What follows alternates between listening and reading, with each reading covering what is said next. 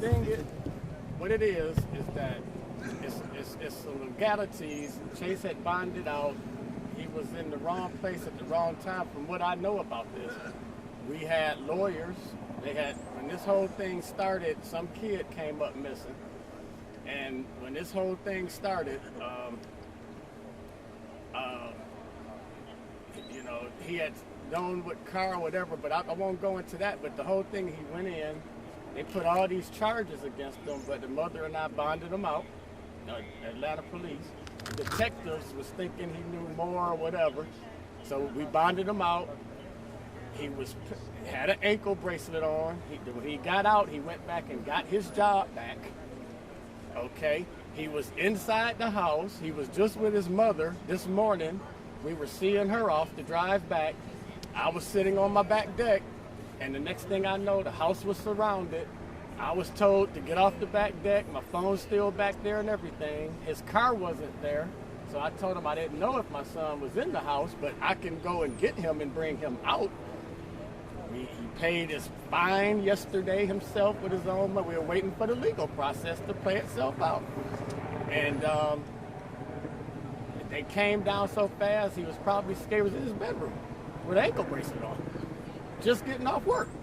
And so the next thing I know, I said, I can bring him out. Let me go talk to him, I'll bring him out. And they waved me back. And then when I turned around, I heard 2 gunshots, and they killed the son. Did your son fire at the officer? No. I heard 2 gunshots. I don't know how those gunshots went, but I'm positive my son wouldn't have fired. He was not no street kid. I was a single father. I raised him and his brother right there.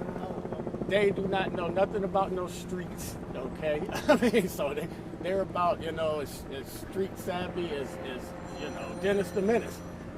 So I'm just shocked. So was this a murder warrant they were looking for him on? Yeah, they say they was homicide, but they had went down there, and Chase didn't have anything to do with that. They got cameras. We got the entire transcript of everything of when the detectives were doing everything. But does he face murder? No. You didn't bond him out on murder? No, because you can't get no bond out on murder charges. Well, you can. Do you feel like the shooting was unprovoked by police? Well, the first thing what I'm thinking right now, first of all, I'm shell-shocked that I don't have my son.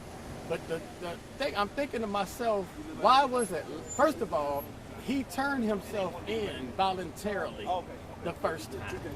So why couldn't you call and ask for him to voluntarily turn himself in is the first thing. The second thing is, this is South Fulton County. Why did Atlanta police shoot my son? This is South Fulton County. So maybe they got a jurisdiction or whatever. The third thing is, what happened to the SWAT team? What happened to all of the procedures that police have in place in order to prevent somebody that's inside of their house with an ankle bracelet on in their bedroom, a 22-year-old kid that's already scared because he's told them everything he knows. I mean, they were hounding us. And then it has to be another procedure than to come and scare the hell out of everybody without no call, no nothing, when we're following the legal system. We're following the legal system. We're paying we're paying until we go to court. We got lawyers, hired lawyers.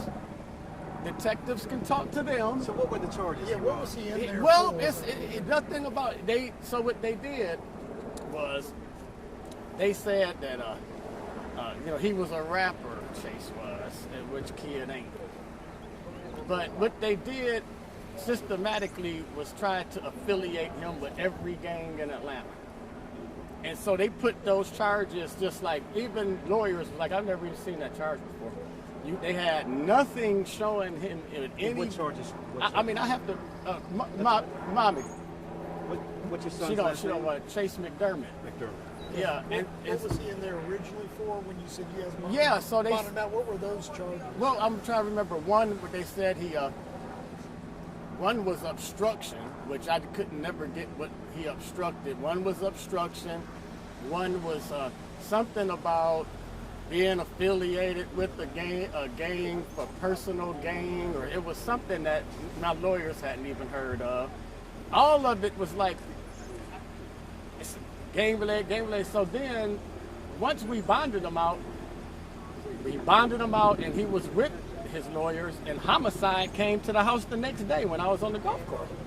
And I was like, well, what are you guys doing at my house? I mean, you know he has lawyers. You know you all this. Why are you just showing up at the house? And at that point, the detective sent me a picture of his business card. And then I passed that to the lawyer, didn't hear anything else until today. And today they just swarmed the house. No, nothing. I was sitting on my back deck in my robe. Did they scream out police when they went into the bedroom? No, I didn't hear anything until they were all the way surrounded around the house, and they were telling me to come off of my back deck. I don't have my cell phone because I came up, and that's when we got to the front of the house, and I was telling them, let me talk to them. You scared the hell out of them, and at that point, I heard 2 gunshots, and they killed my son. You said he should still be here? Yes, he should still be here because he was not doing anything. He got his job back the day after. He's been going to work. He had an ankle bracelet on. He's been living in that house since 2009 with me. He's at home where he's grown up in this whole neighborhood. What is he doing but following and complying with the legal process? What is he doing? Nothing but complying with the legal process. I don't know what would warrant him getting shot, and I'm on the lower level of the house. I'm his father. I'm at home. The house is full of people. Nobody's, and my son's dead. What's your name, sir? I'm Harold McDermott. Was he holding a gun? Was he holding a gun at the time when the cops came in? I do not know that. But it was he was a licensed gun holder.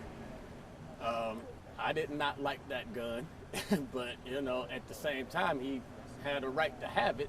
But as part of his probation, he was not supposed to have one or affiliate with anything. So we took the gun. We made sure that the gun was gone out of the house 2 months ago. Now, I don't think that no gun was in the house, but then at that particular point right now, I don't know. The pain you must be feeling in your family. I mean, aside from all the other details and the pain of losing a son.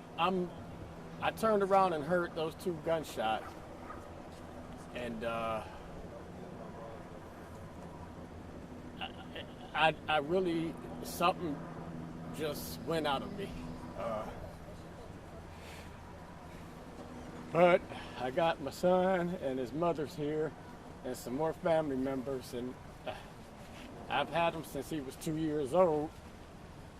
He was a good kid, and I haven't processed it yet because I'm trying to hold it together because I'm traumatized is what I am. I mean, that was my little buddy. I mean, he was just a good kid trying to, I can't even really see him pointing no gun at no police, to be honest with you. I mean, they startled me, they startled him, and they shot him. Thank you, sir.